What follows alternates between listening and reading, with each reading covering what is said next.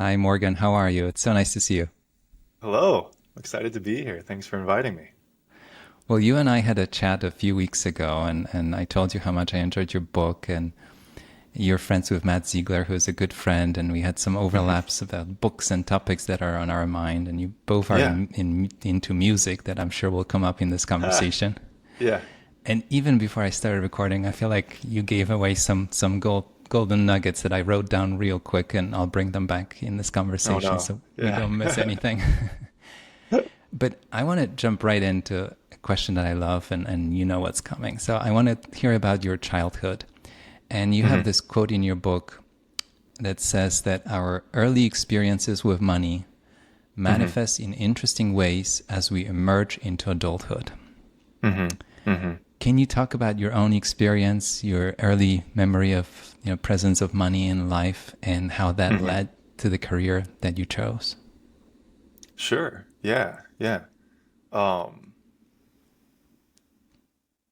First and foremost, I'm the grandson of, on both sides, Depression era babies. So that ethos, that feeling, flowed through the generations on my dad's side and my mom's side. So there's a conservatism with that. I think there's a level of like distrust that comes with that, of that things can fall apart, that things do fall apart, and you have to be prepared for that. Um, I think that's the healthy part. The unhealthy part is you're always preparing for that. There's a great Nick Murray, the financial author, Nick Murray quote, where he says, "We're all living and reliving our first like negative financial experience, right? So our Yes. first great panic or Hmm. bear market, we're always reliving that. So if your first time investing in stocks was the 1999 tech bubble, Hmm. right? You had a lot of distrust in stocks all through the 2000s, which, by the way, poor returns in a lot of areas of the market, or at least the major markets. Uh, and and then all of a sudden the financial recession hits, the financial crisis, right? So you're kind of living that decade forever, Hmm. and those people had a lot of time had to spend a lot of time getting invested again after 2010, Hmm. right? So that's kind of the negative part. Is I think my family intergenerationally was always kind of reliving that depression, that kind of depression mentality. Um, on the other hand, I grew up the son of a financial planner. My dad was a CFP, and did back in the 70s or 80s. It was kind of, you start with life insurance, and then he started with mutual funds, and eventually got his certified financial planning designation and became a financial planner. Um, and so I think that was kind of you know, there was I I'm an introvert, and I spend a lot of time just kind of watching people around me. There was the unhealthy feelings about money, or even like money is bad and you shouldn't want for it Hmm. and you shouldn't go after it. Hmm. Uh, and then on the other side, my dad's a financial planner. By the way, he has his own negative and positive money mentalities, and I'm watching that. But I see the good that he does when he really helps people, when he gets them saving. And uh, you know, there were so many clients, and he's well retired now, but there's so many clients. He'd hate that I say that. um, that he worked with from their 20s, 30s, 40s, got them saving $50, $100 a month, maybe more, and they were able to retire because of that savings mentality. A, and B, because they learned to invest in the stock market that did very, very well over a 30-year time horizon. So that's like, you kind of, I guess you're always contrasting these positives and negatives. Hmm. And me as an observer, I'm kind of looking at that. Uh, and, uh, and so I think I was kind of riddled with positives and negatives, and I've spent a lot of time going through that as well. Another interesting anecdote is my dad, he tells a story all the time, is when I was born, uh, they had bought a house recently, and he said, like, I almost lost it. I was 2 months away from not being able to, from losing the house, basically. Um, and he still wakes up thinking about that, I think. Mhm. And his mentality, like he said, every Sunday night, and this is like through when he was successful, every Sunday night he went to bed thinking that when he woke up on Monday, it'd all be gone. So there's a real scarcity mentality there. Now, in his mind, that kept him hungry. In my mind, it's like, it's a lot of weight on you. I'm really sorry for that, you know? So those experiences shaped me. I think there were family members in my extended family that, you know, thought poorly of someone being a financial advisor. Mhm. I think there were other family members that were, very successful, but probably very money focused in sort of a negative way. And so just kind of watching all those things and trying to make sense of them, that shaped me, and made me want to be, a writer of financial topics and kind of explore these topics, and then also help people directly, as a financial planner and a financial advisor. All those stories are very important, and it's less about saying this is good or bad, but at some point in the adulthood that you describe, pausing for a second and looking at yourself. It's very hard. It's easier to see it in other people, even family members. Right. But noticing, why do I do what I do?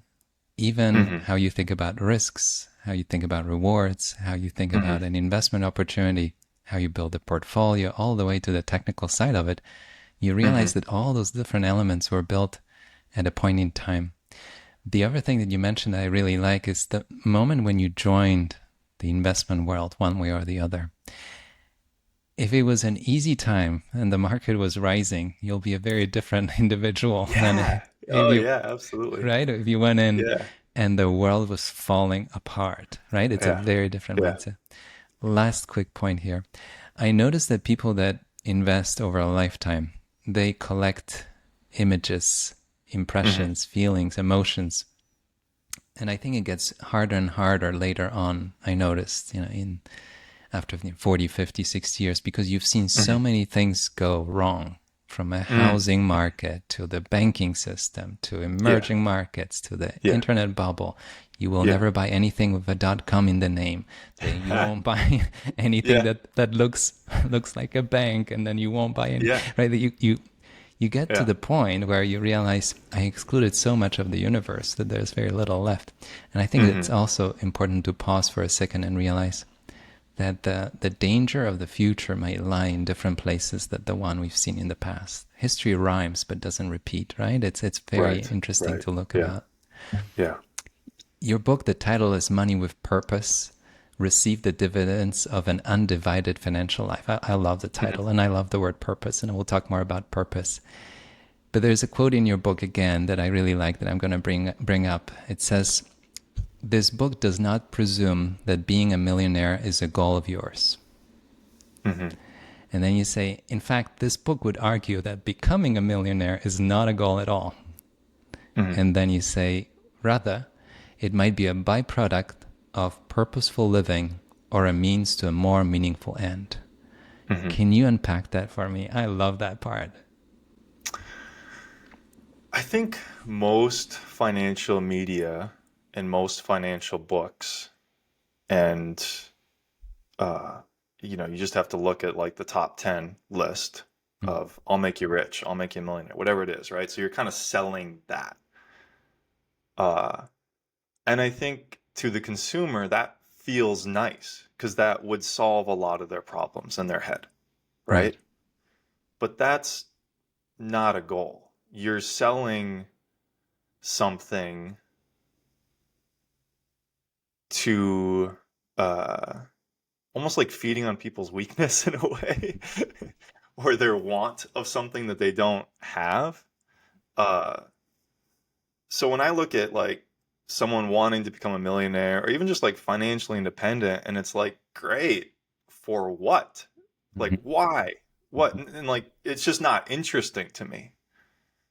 Now, I think like let's start from let's be very clear about something. There's this idea that like uh more money doesn't lead to more happiness, right? And originally there was that kind of study. It was like, hey, if you make $75,000, there's no more happiness after that, Mm-hmm. right? And now that's kind of been debunked by the same author, which is Daniel Kahneman, right? Uh-huh. So he's kind of like, oh no, I was wrong, and R.I.P. Daniel Kahneman. He just passed away a couple weeks ago. Mm-hmm. Um, More money. Let's be very humble about this. More money for people not having a lot very much leads to happiness. More money leads to happiness. So I do not want to critique that. And I'm very aware of the good that money can do, right? And more money, by the way, 1 million to $10 million, why can't that affect happiness or be used in joyful activities? Yes. But the point isn't the $10 million, just like the point isn't the $1 million, just like the point isn't making 60K versus 50K. It's what that can do for you, how that can further your purpose, how you can further live a life of virtue, how you can help your community, how you can help your loved ones. Um, you can, what is a financial purpose? We can be really simple about this. Financial purpose is just like putting food on the table for my kids. That's very, very good financial purpose. We do not have to overcomplicate this. It can be donating to my favorite causes. It can be like buying time so that I can create art, or have meaningful experiences with my family. Um, so that's where it gets interesting to me. And I think if you believe, like I do, that goals or like a vision of a future pulls you forward, Mm-hmm. uh, then this idea that, you know, the goal is $1 million. I just don't think that's motivating. And to the sense that that's motivating, I think you're motivated for the wrong reasons. I like the idea of giving money meaning. I work with families, individuals, affluent families with, in many cases, multi-generational wealth, or people that aspire to have such wealth or have their Hmm. wealth last a lifetime. And it was always interesting to me to understand the context of what that money means to them.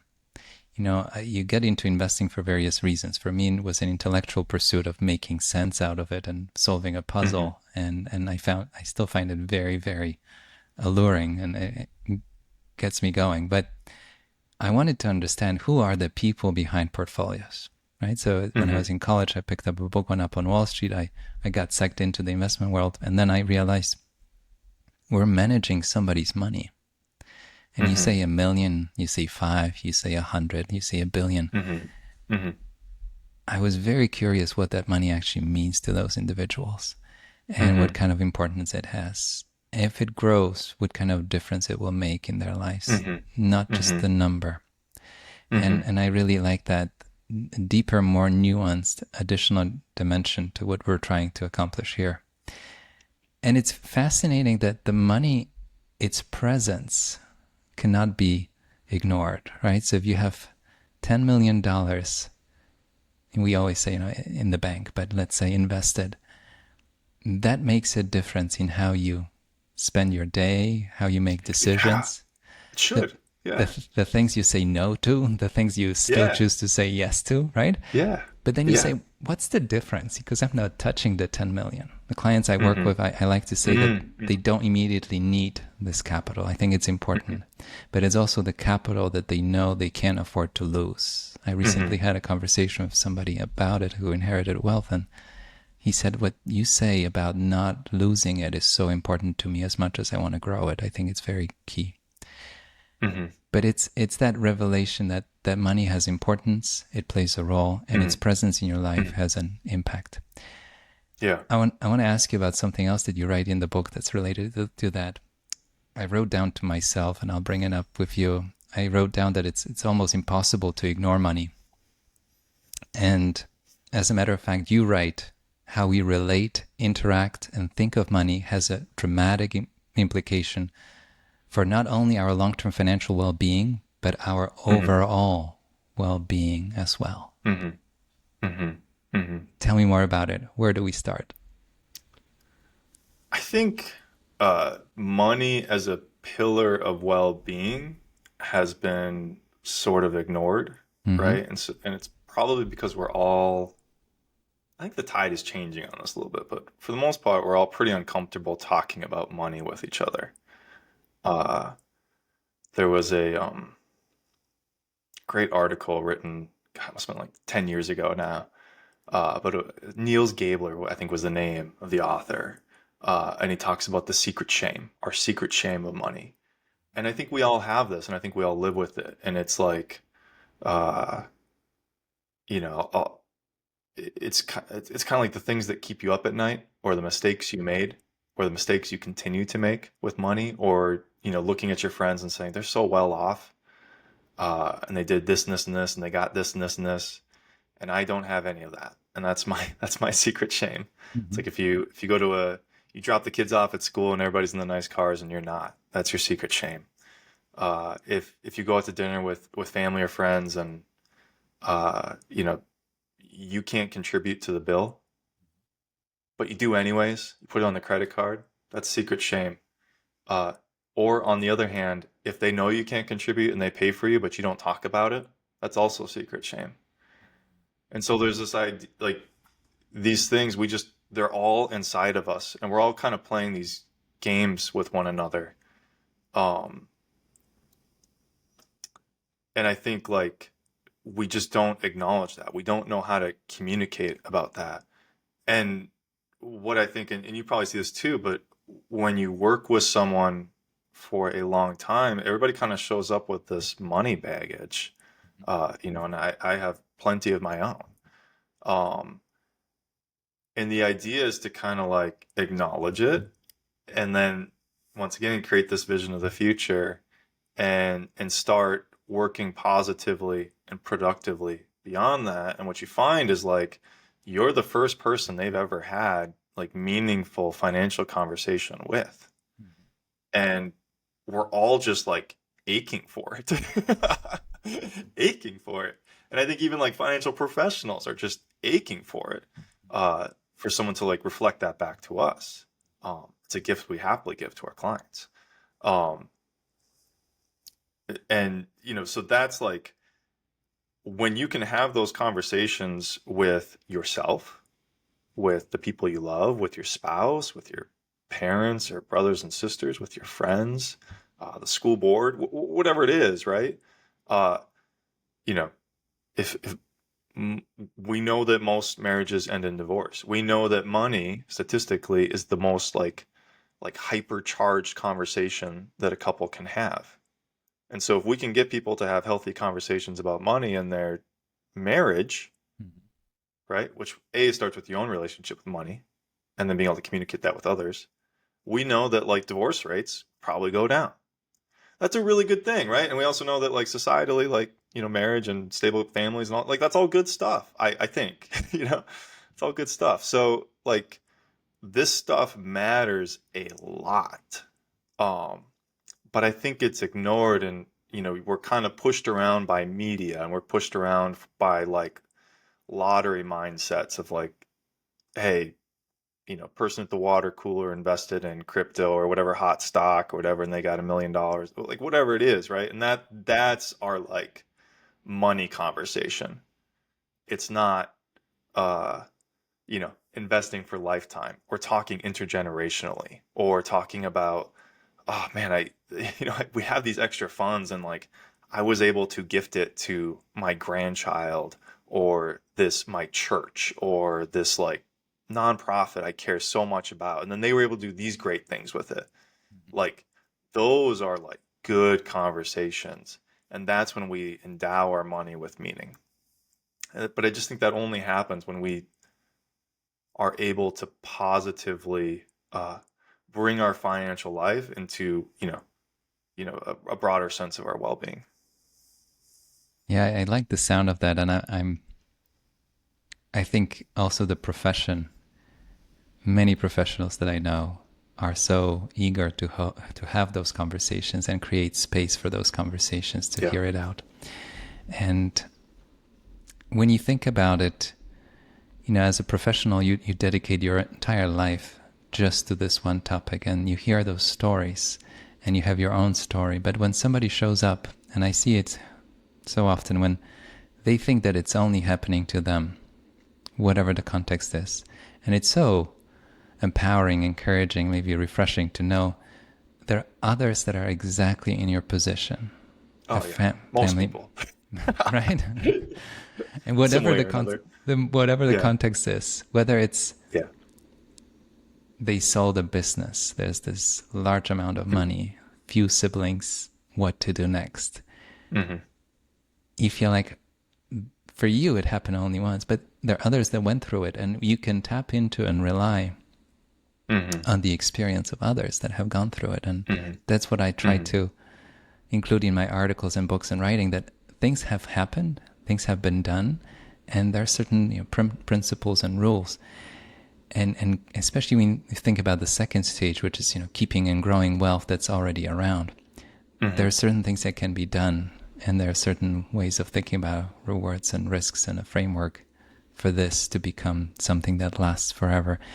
Mm-hmm. On the flip side of it, I talk about starting from zero, and Munger talked about it's so hard to start from scratch. And when you Right. talk about somebody that has created wealth in a lifetime, or somebody that inherited substantial wealth, or even saved substantial wealth, Mm-hmm. to start from scratch, it's something that they don't want, right? It sets a certain tone of. Munger said it so many times. The last thing they would ever want is go back to zero and earn that first 100,000. It Yeah. sets a certain way of looking at things. I want to lean into something that you bring up in your book, which really resonated with me. You talk about light, and you ask this Mm-hmm. question: what brings you light? I'll ask you, what brings you light? How would you answer that? Well, good conversations with friends. That's a good one right there. And I very much mean that. I mean, first and foremost, it's my kids and my wife. Um, it's I was talking to another friend and who recently had a second baby, he and his wife, and he just said, I think people underappreciate before you have kids, people underappreciate how much meaning is derived from having children. And for me, it was that way. I don't want to impose that on other people, but for me, it was that way of like a lot of my existential angst was Mhm. solved because of these two beautiful creations, these two beautiful gifts. So just seeing them grow up and seeing them thrive in a healthy environment brings me a lot of light. And they really are their own unique little souls and personalities, and that's really cool. So yeah, and I would say the same thing about my relationship with my wife.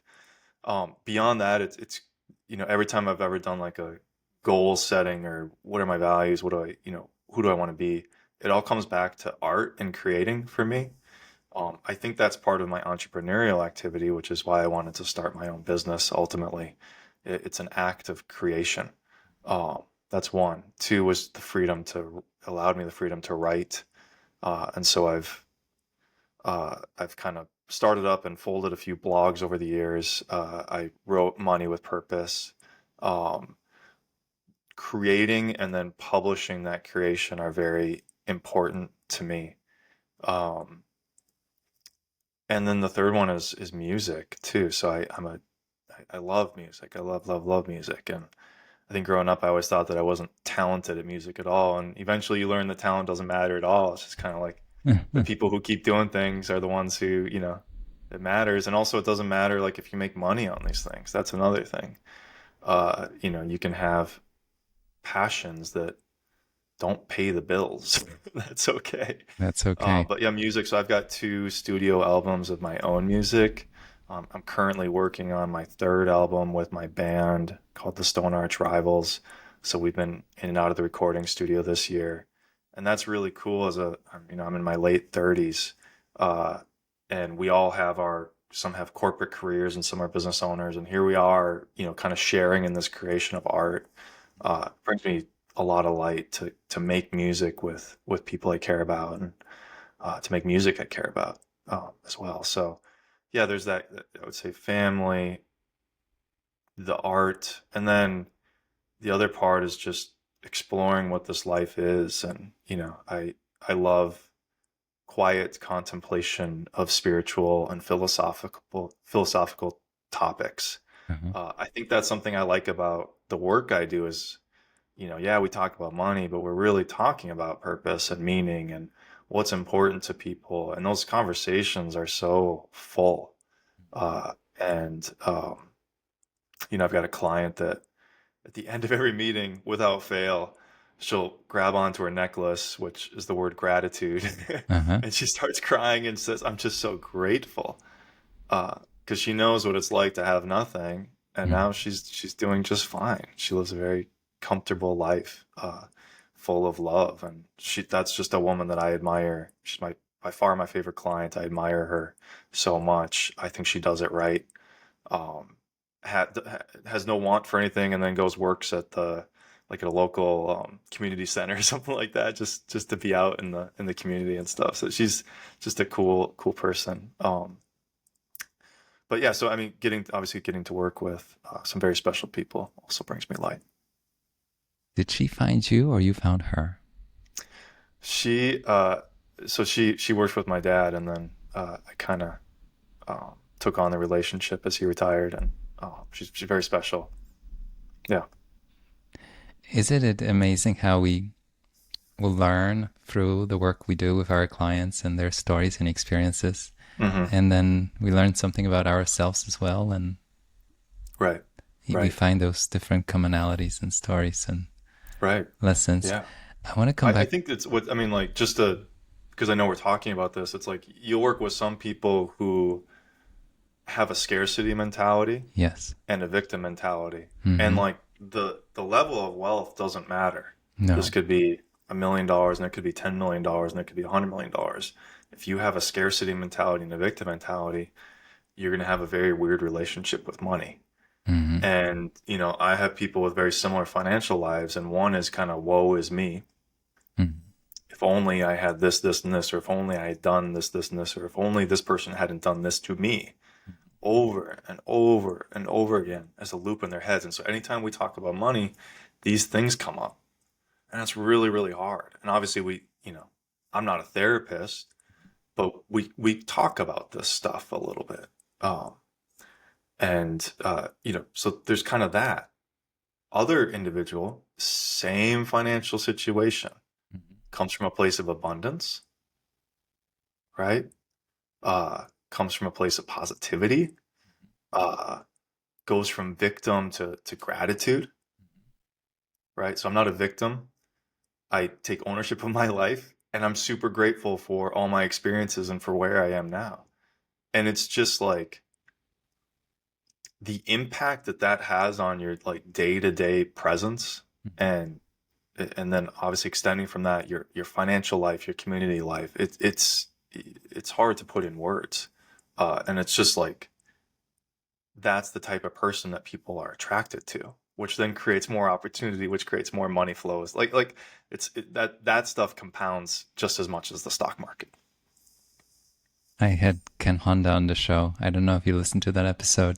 I I, was listening to it recently. Yeah, yeah. he wrote the Happy Money book, and what you're saying really rhymes with what he brings up. How when he was a kid in his father's accounting business, he would meet wealthy people, and Hmm. he said that they were happy and unhappy. And no matter how much more money they had, the happy stayed happy and the unhappy remained Yeah, unhappy. And I think yeah. there's a powerful lesson there, back to purpose Hmm. and meaning that we talked about, Hmm. how you have Yeah. to find that beyond that million. That's why you say the million is not really the goal. Which I Do you, think is, why the million isn't the goal. And if you feel this way now, mm-hmm. that next million or 10 million or 100 million, you sell your company or whatever, you're still going to be miserable. You know, like there's other stuff we have to talk about. Mm-hmm. And by the way, when you feel a little more positive and have a healthy relationship with money, you will learn to use that money in cool ways. Mm-hmm. And I think that's what we're trying to build towards, which Uh, can be intergenerational wealth. As I work with a lot of that. You work with a lot of that. Now we've like embedded the money with purpose, and uh-huh. that's cool stuff. Yeah, it's a beautiful legacy when you think about it. Hmm. Wow, you got me really thinking how the pursuit itself and what we're looking for and what we're trying to accomplish, you create a certain space as an advisor for the client to allow you to hear out that Hmm. story. And I think it gives a bigger context of what you're trying to accomplish. And I love the story with gratitude and the necklace and your client, and kind of reminds you of what it's all about and what you're trying to Hmm. do. I Hmm. would love to talk more about music. And before we started recording, you used a word that I wrote down, and how you perform music and you immortalize yourself in a way. And I'm curious about the bigger connection between music and your pursuit. Matt Zeigler is the other good friend that constantly finds connections between music and life and money Hmm. and investing. How do you think about music? Tell me about immortalizing yourself through songs and the whole concept that I want to explore a bit Yeah. more. Yeah. I mean, I think uh, it comes back to the act of creation Mm-hmm. ultimately. And it's a great kind of spiritual guru for artists and creatives of all sort by Julia Cameron. And she wrote, God, I can't think of the name of the book, but The Artist's Way. The Artist's Way. Mm-hmm. Artist's Way is this incredible like handbook of like how to do art, or like how to like mentally get into a space where you can do art consistently. And I did that in my 20s. Super powerful for me. I There's a practice called morning pages that um you do morning pages, kind of like a train of thought every morning. And that helped me break through barriers of like, okay, I write consistently, and then all of a sudden I had a book a few years later, right? So it's like that's powerful stuff. One thing that Julia Cameron says is that the creator loves creators. The creator loves creators. Uh-huh. And so I think it's very important that we all, when you're like drawn to something, you go do it, put it out there. You want to learn the harmonica, you have like a whim to do that, go learn the harmonica, right? Good things will happen. Uh-huh. If nothing else, you'll just learn the harmonica, right? Mm-hmm. Bogomil, I know you've written a number of books. Something compelled you to do that, um, and you followed that urge, and I think that's really cool stuff. A buddy of mine, when I was recording my first album, you know, he just said, "Yeah, immortalize, immortalize, immortalize." And the idea was when you publish that thing, especially in today's world, it's not like these albums are just like lost under a pile of earth. Uh-huh. Like they're going, as long as the internet exists, these things are going to exist Uh-huh. forever and ever. Um, and I think about that a lot. Like in a way, my art is my legacy. I think it will be my legacy. Mm-hmm. Um, so it's very important to me that I keep that as a core part of my week. I've lost that thread at times. Mm-hmm. And when I realize that there's this huge thing in my life, like why am I unhappy, or whatever it is, right? Like what's going on? It's like, oh, I'm not creating. That's it. I'm not creating. I'm not, or I'm too scared to share it, or whatever it is. It's like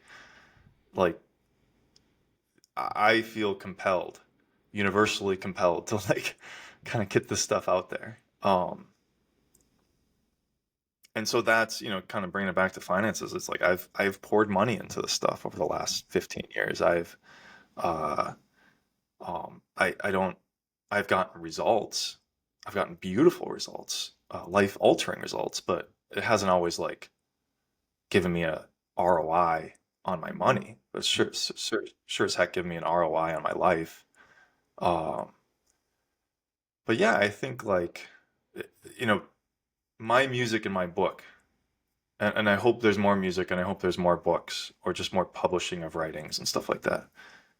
When I think about if something happened to me, or even when something happens to me, right? This life doesn't last forever. That my kids will have that, that my grandkids will have that. Like if I'm hit by a bus tomorrow, like my kids will have that. The best, like the absolute best of me. Mm-hmm.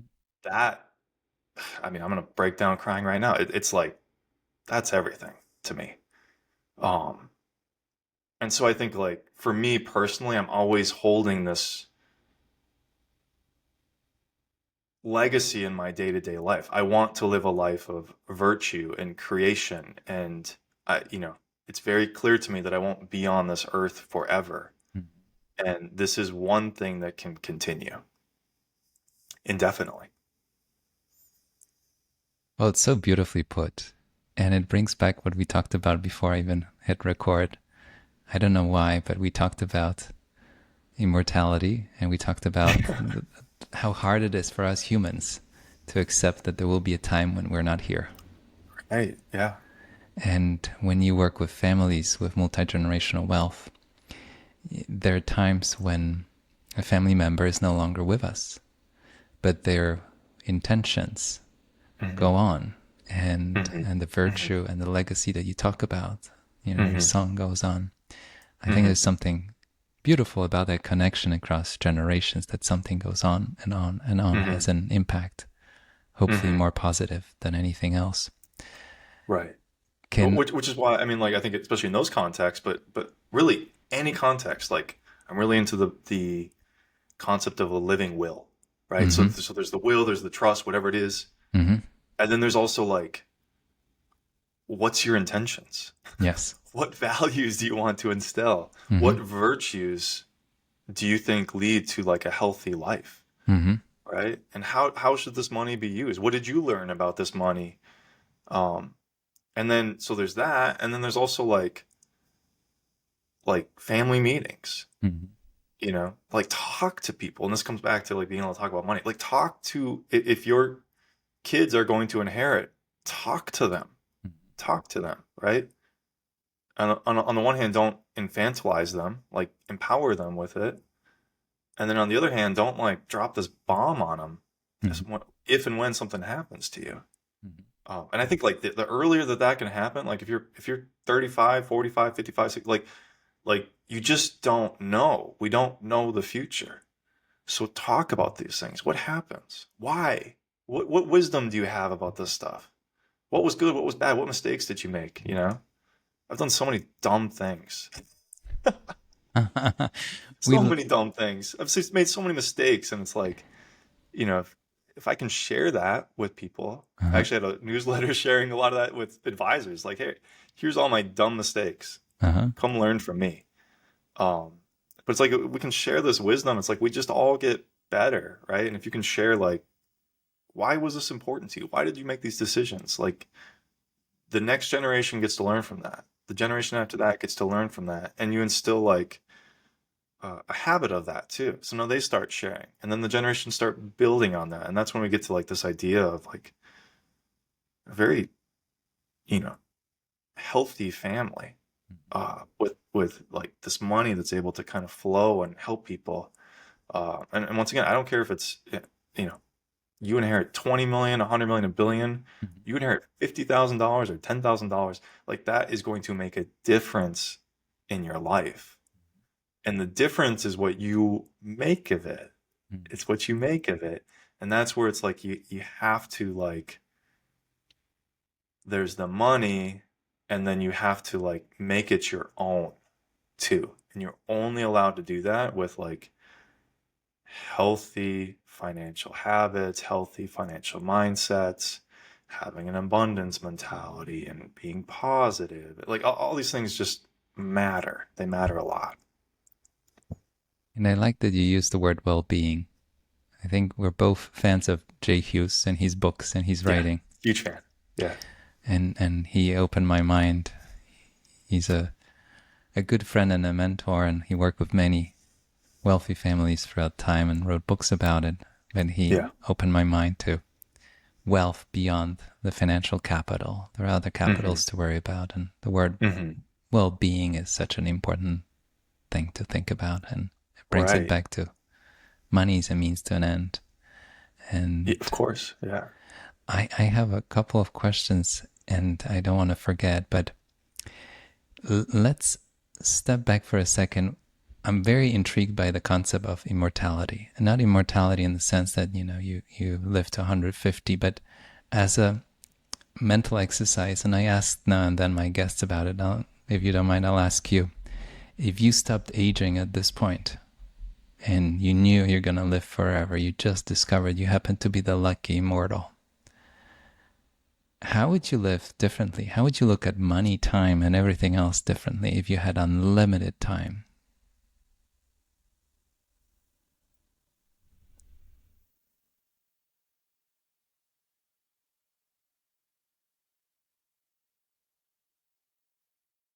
think modern society in particular pushes you to produce, produce, produce, produce, Mhm. and on like a quicker time horizon. Uh, and so we think less and we Mhm. meditate less on things and we just kind of try to get it out there. And I'm taking this into a work environment, obviously, or just like a creation question. And so for me, I wouldn't be so hard on myself about trying to get the next blurb out there, which I'm bad at anyways. My strength is sitting down and writing a book over 2 years, not tweeting Mhm. about inconsequential stuff. Um,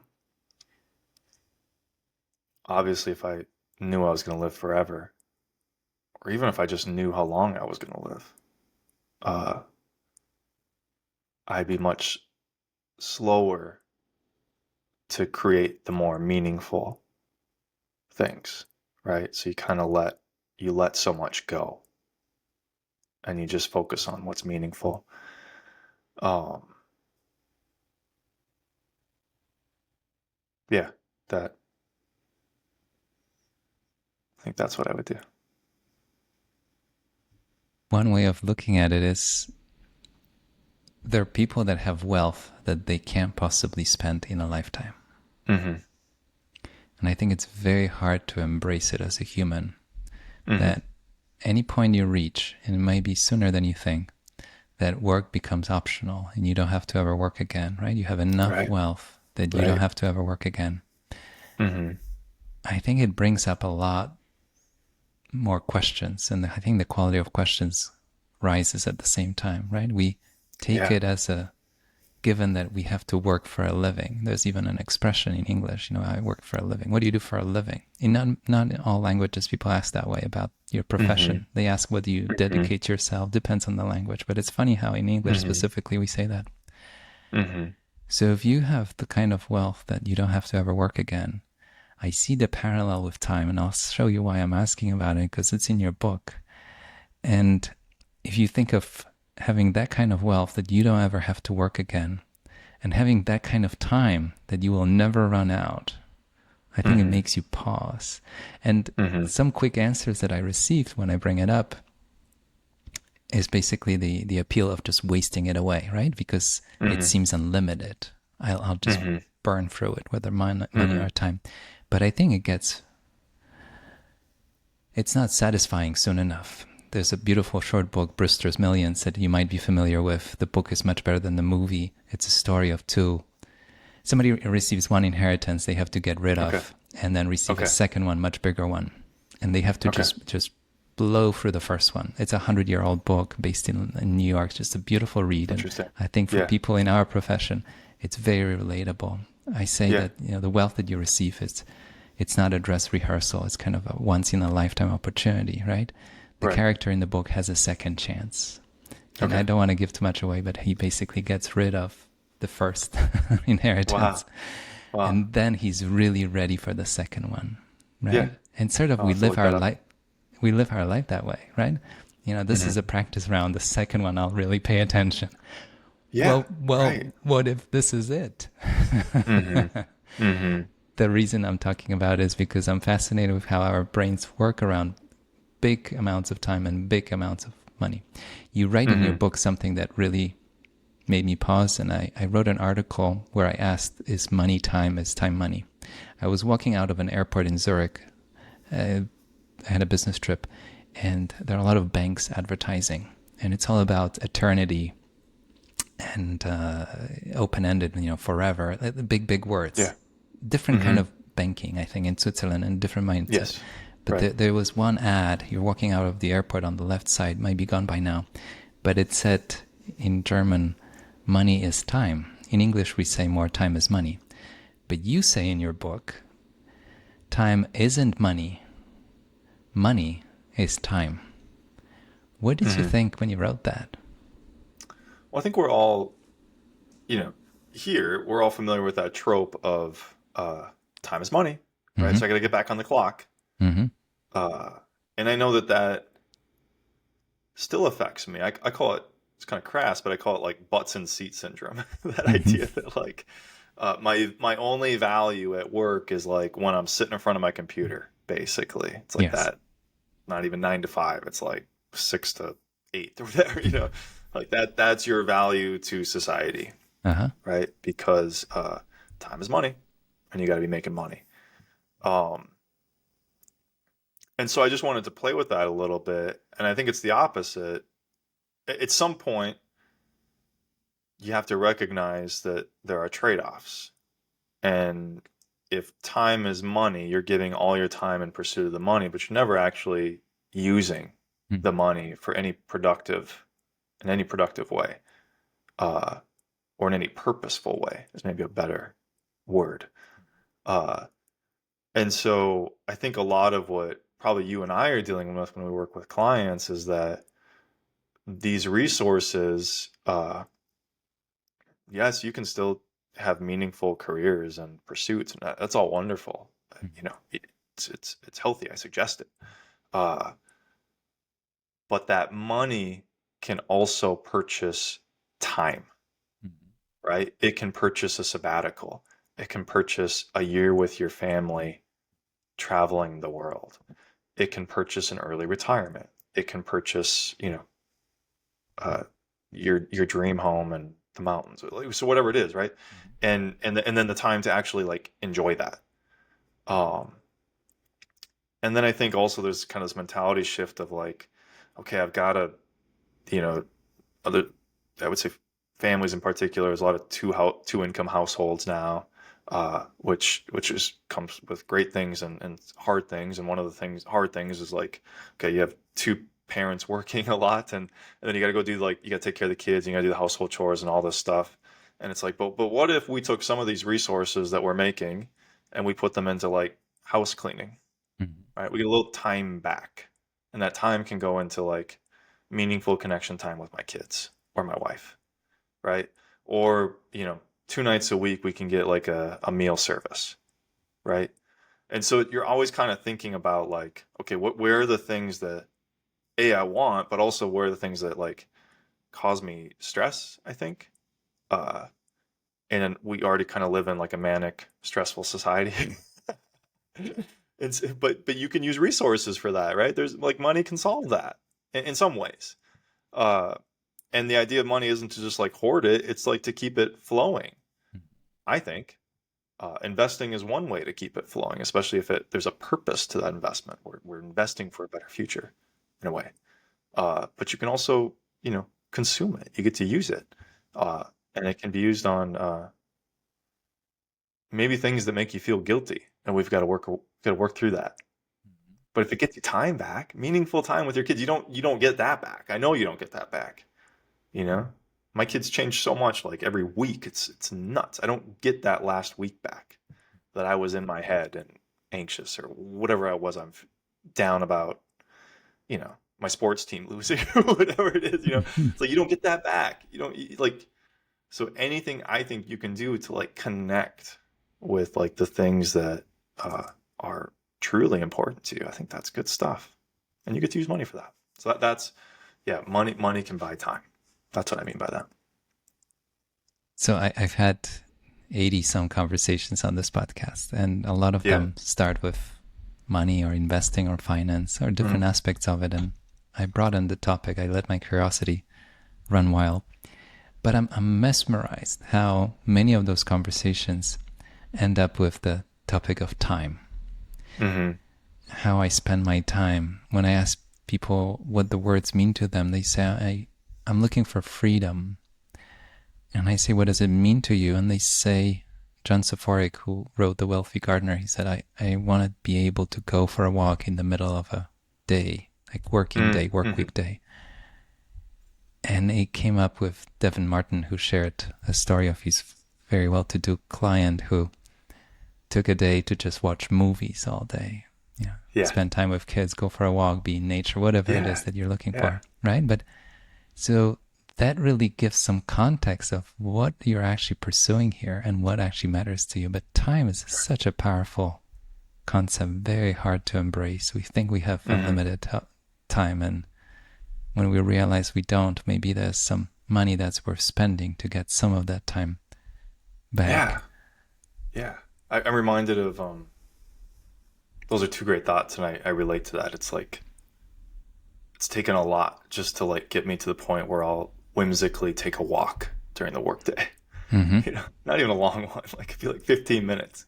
It's Mm-hmm. like, no, I gotta be answering emails or calling people, whatever it is, right? So that's yeah, that's a luxury. And it's a luxury that most of us like it's free. You just gotta walk out the door. Um, but that's certainly a luxury. My one of my favorite authors, especially on creative topics, but great historical fiction author as well, as Stephen Pressfield. Mm-hmm. And you might be familiar with the book The War of Art, Uh-huh. which is a very important book for me, along with a bunch of those other books on the topic. And um, one of the things Stephen Pressfield says is, yes, life is short. Yes, life is short, but Mm-hmm. life is also long, right? And so there will be times where you're like, oh man, it's passed so quickly, but there's still hopefully so much ahead, right? Uh-huh. And I mean, how many professionals or artists? I mean, Stephen Pressfield wasn't really successfully published until I think in his 50s. I can name a number of blues artists who didn't make it until their 40s or 50s. Entrepreneurs, like there was just a Wall Street Journal article that came out about how so many of we often think of Silicon Valley as the world of the 20, 15 to 25 as the startup idea. It's like, no, most entrepreneurs, most successful entrepreneurs are actually in their 40s or 50s because they have all this wisdom Mm-hmm. and really are able to find a problem and a niche and work to solve that problem Mm-hmm. with because they have wisdom and experience and maybe some financial resources or connections at that point too in their career. Life is long. It's like it's never too late. I mean, you hear the stories of the medical school class, and there'll be someone who's like 59 or 62 or something like that, who wants to just be, practice as a physician for the next stage of their career. So yeah, life is long, and it is. There is a day where it will be too late, and you have to be conscious of that. But for the most part, until you start getting close to that, Mm-hmm. there's time. There's time, and if you can like create a life that optimizes that time. That's not even the right word because I don't like this optimization crap. Like people can kind of get too obsessed about that. But like if you can create a life where you can use that time to work on meaningful things or have meaningful experiences or just take a walk and love the people you love, like that's good stuff. All the like authors, spiritual authors and gurus of the past 5,000 years, Mm-hmm. that's what they're talking about. Isn't it a great gift to yourself that you can walk out, go for a walk? And you Mhm. used the word shame and guilt, and with John Safarigan, I added, and not feel guilty about it. It's not just that you went Yes. for that walk, Yeah. but you Yeah. completely forgot about everything else on that walk. You were really Hmm. present, Hmm. and you bring up nature and nature walks in your book, which I like. I love nature and being outside. Hmm. But it's Hmm. important not to feel guilty about it, to learn Yeah. not to be Yeah. guilty about it, right? You deserve it. Yeah. It's a gift to Which I think yourself. like like to play off of that, Mm-hmm. how much of spending do you like oh you get the courage and you have the resources, you can afford it, maybe you saved up for it, Mm-hmm. and then you spend the money on the thing or the house or the car or whatever it is, and you feel guilty about that. Right? But you did everything right. And like all that's happening is like some judge in your head is saying Mm-hmm. you don't deserve that. No. Or that was a bad decision, or that's stupid, or what are people going to think about you now that you have this, or whatever it is. And it's like that's a wasted Mm-hmm. emotion right there. So yeah, it's doing the thing and then like feeling good about it. Be you, be positive. Um, I like to buy guitar stuff, and still when I buy it, it's like, oh, not a bad idea. But it brings me a lot of joy. Uh-huh. So yeah, What makes it a bad idea? I don't know. I mean, I think there's like, I mean, this is where I have to fall back on my training. Mm-hmm. And there's like a scarcity mindset of like, okay, I actually just bought a new amplifier Mm-hmm. um, the other day, and it's almost like, well, this money could have been used for X, Y, Z. Mm-hmm. Uh, but the amplifier brings me a lot of joy, and I prioritize that. Like I'm excited to explore this musically, and that opens up other kind of creative doors in my heart and head and stuff. So, but I think it comes from a scarcity. That like now that money's done, you know, versus the abundance mentality of like, well, A, more money comes, and B, like the experiences that will be had with this amp are good, and C, if I don't like it, I can just sell it again and get something else. It's like that's abundance of like, well, what's the problem here?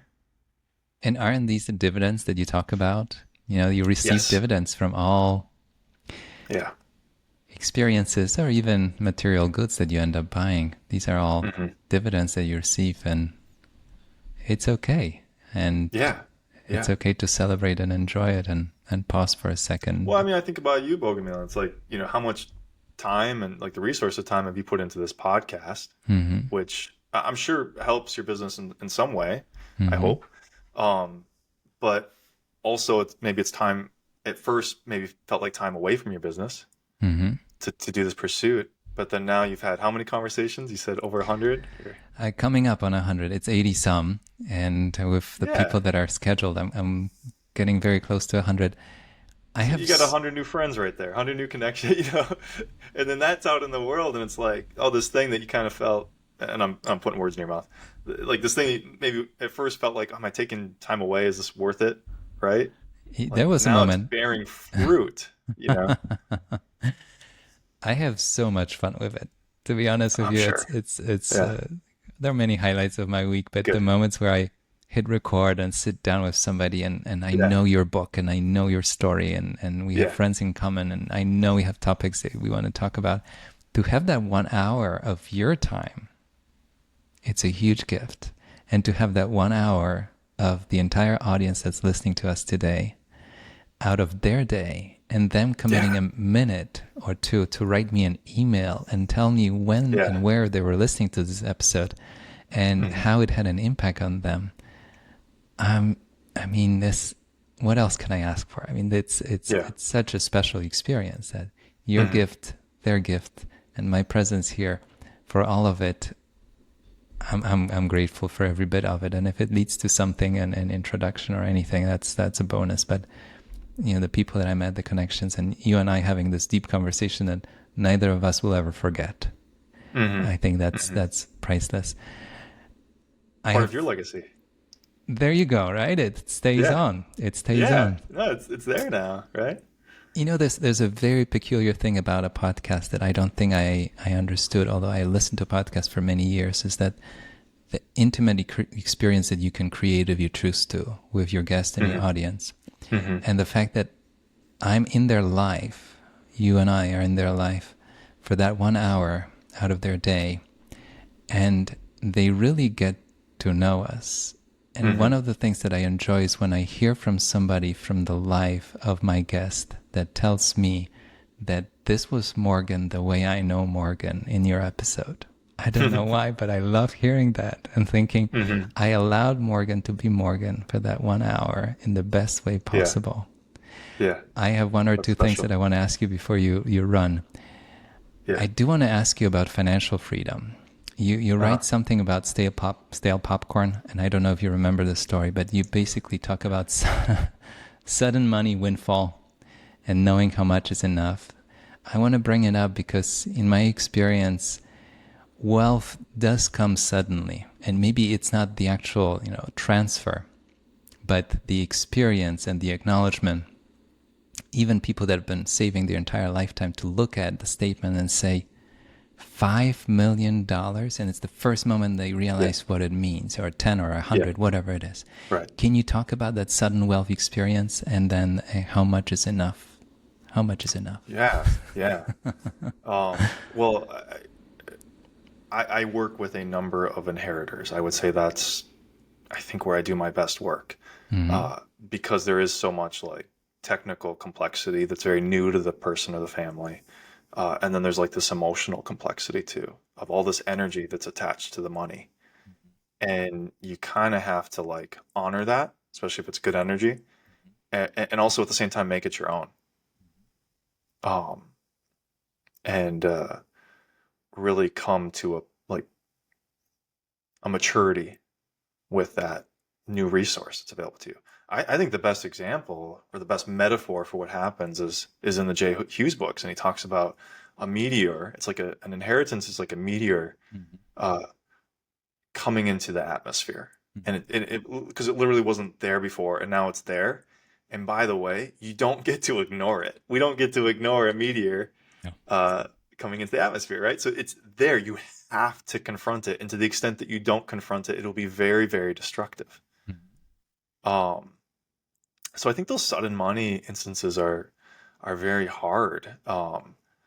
And yeah, if you don't do the hard emotional mental work, uh, and you don't do the hard like figure this out technically. What does this mean? What does this mean for my life? Do I get to make some changes that I want to make? Maybe I'm happy and there's nothing to change. But you still have to like confront like, okay, so is this for next generation? Do we want to give it away? Do we want it there for comfort? Like what's it for? What's it doing? How is it invested? Is it or not invested?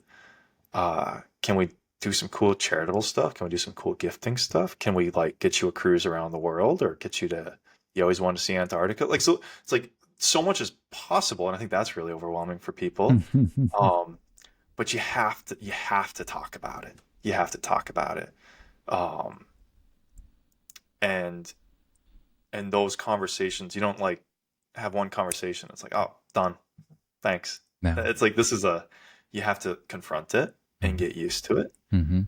And then it's like sometimes there's some quick answers. That's great. Maybe I get to retire or whatnot, or I get to pay off my school loans or you know pay off medical debt, or, whatever it is, right? Mhm. And then there's some like longer term answers of oh, I just bought the whole family a trip to the Sahara.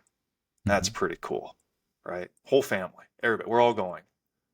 And we're gonna have pictures and everybody's gonna talk about this. Hey, remember that one time we did that? It was awesome, right? It's Yes. like you get to do that stuff. So yeah, I think um, those are really interesting experiences to confront. And I think kind of like what you say, this isn't a dress rehearsal. So it probably doesn't happen again. In fact, we can usually say without a doubt it's not going to. And yeah, let's think about this positively here. It's a What good can this do? huge opportunity, a great Yeah, blessing, but yeah, it's serious. It's very yes, serious. right, Morgan, right. I do want to ask you about your definition of success, but I do want to sneak in one more thing from your book that really spoke to me. And I wrote to myself, so I'll read it. I wrote that many of us find numbers, math, spreadsheets intimidating. And when you think of money, finance, personal finance, you think of math and numbers that scare people away. But you Hmm. say something that's very true and I think belongs in this episode. You say successful personal finance has more to do with follow through, execution, and delayed gratification than the ability to solve mathematical equations. Hmm. Tell me more about that because I think you just invited a much bigger audience to the whole concept of, figuring out your money life by Yeah, saying math is out the window. I mean, it's important, but it's not the essence here. right, right. Um, I mean, yeah. How many people do you know that have been uh, turned off to any conversation about personal finance, especially their personal finances, Mm-hmm. because they just don't, they're not good at math, Mm-hmm. or they never had, finance 101 or whatever it is, because I would say historically the financial industry has tried to kind of complexify this, and there's some good reasons for that, right? Some financial products should be very complex and are very complex and still have worth. Uh, but when it comes to you, Bogomil, or me, Morgan, and my family, uh, what's more important than a spreadsheet with my net worth on it, or even like a month to month budget, is um, do I care enough about my future self to put some money away from him, right? Do I care enough about my kids' future to put some money away for them? That's delayed gratification, right? And we can get to how much and all that stuff, and especially if you work with a professional, that makes it much more easy. But like, do you just care? Do you just care? That's delayed gratification. Um, do you um I don't have to like do the I can do spreadsheets on like a business's valuation and all that stuff. But Yeah. like the core of it, the simple part is just like just invest for the long term in good companies. Mhm. That'll like go really, really far for you. I don't want, obviously not giving investment advice, but like that'll go far. So it's like we can kind of distill this into very simple concepts that don't involve like price to cash flow ratios or standard deviation or sharp ratios or sortinos or whatever it is. It's like, yeah, that stuff can add value, and I admit does add value in some contexts. And most people don't need to confuse themselves with it, and most financial advisors shouldn't be pitching that to their clients, which I think happens a lot too, or confusing their clients with that because you muddle it down. And what matters is, yeah, invest for the future, spend consciously, spend thoughtfully. That's kind of it, right? Save for a better tomorrow.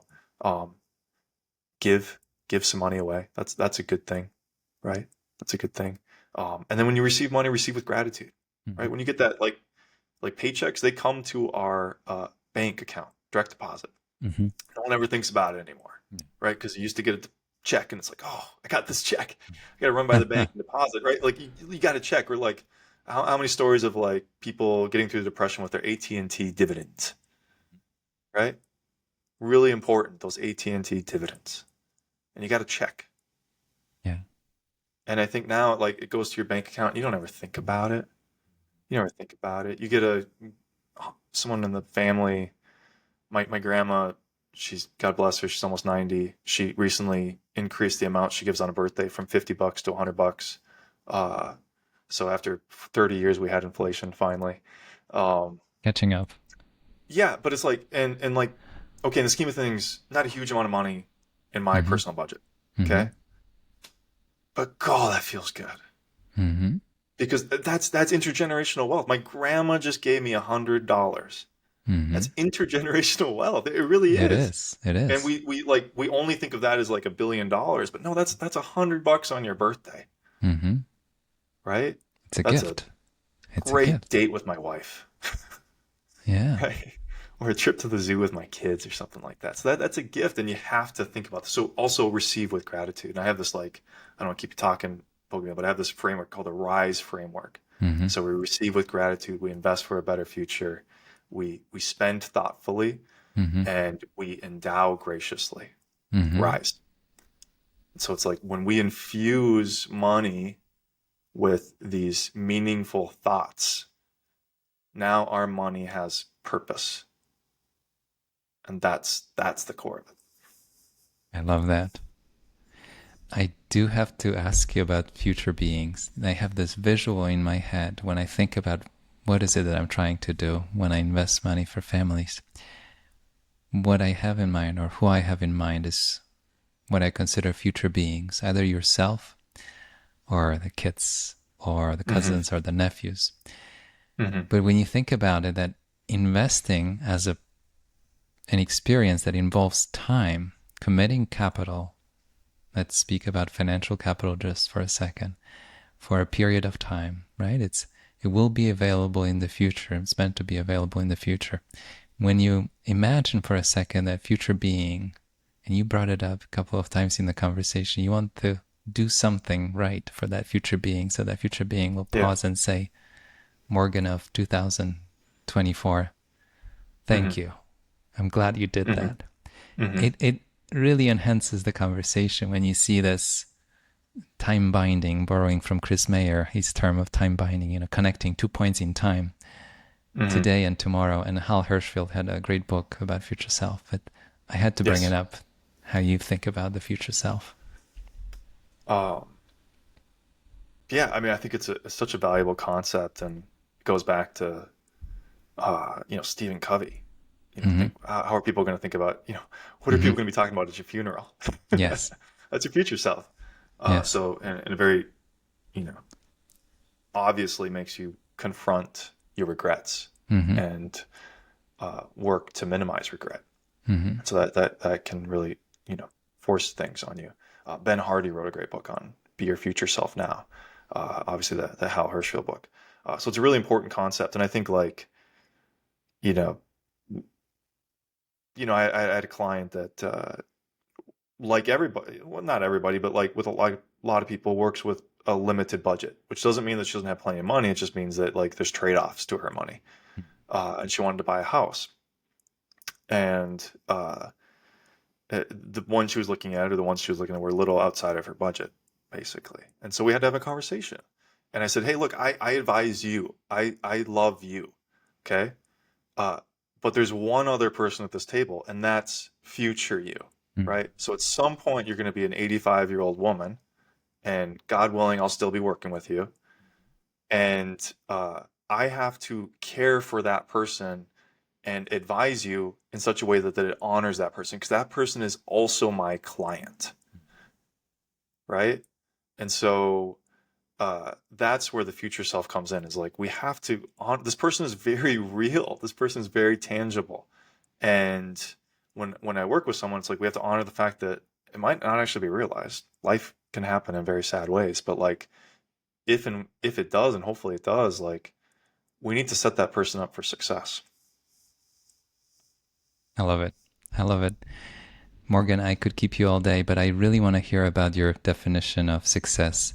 You asked the question in your book, what's your why? Maybe we can tie the two together. What's your why? And then how do you think about success? Yeah. I mean, I think it's really three things: is am I living a virtue-laden, spiritually inclined life, right? Mm-hmm. Am I honoring my faith? I'm a Baha'i. Am I honoring my faith? Number two, am I a good father and husband, Mm-hmm. right? Am I loving, good father and husband? That's number two. Number two, why? Number three, am I creating? And I think like my that doesn't take away from my wealth management practice, because I see that as an act of creation as well, an act of artistry in a way. Um, but yeah, am I creating? Am I writing? Am I making music? Am I, helping people rethink money by writing interesting things or putting interesting things out there to help them rethink that? So yeah, those are the three things. Am I faithful? Am I a good family person? And am I creating? That's success. If I can answer those three things with a yes, I feel successful. I like the sound of it. And I like the image of building something. When you sit down with your clients, when I sit down with my clients, I think of we're building something here. You know, Hmm. it's an Hmm. act of creation, and Hmm. hopefully it's something that will outlast us all. And we do it with the framework that you presented. That it's the way that works for us and the way that works for the client, but it's something that's Yeah. thoughtful and more nuanced. Morgan, Yeah. this Of this was course. this was incredible. Your book is so full of insights, and I highly recommend it. Money with Purpose, and I just cherry picked some things, but there's so much more in your book. But I think it gave a flavor to this audience of what your work is all about and how you think about money. And there are some easier ways to tackle some big problems in our lives. So thank you so much for today. I appreciate that. I appreciate that a lot. So fun talking to you. Thanks, Bogman.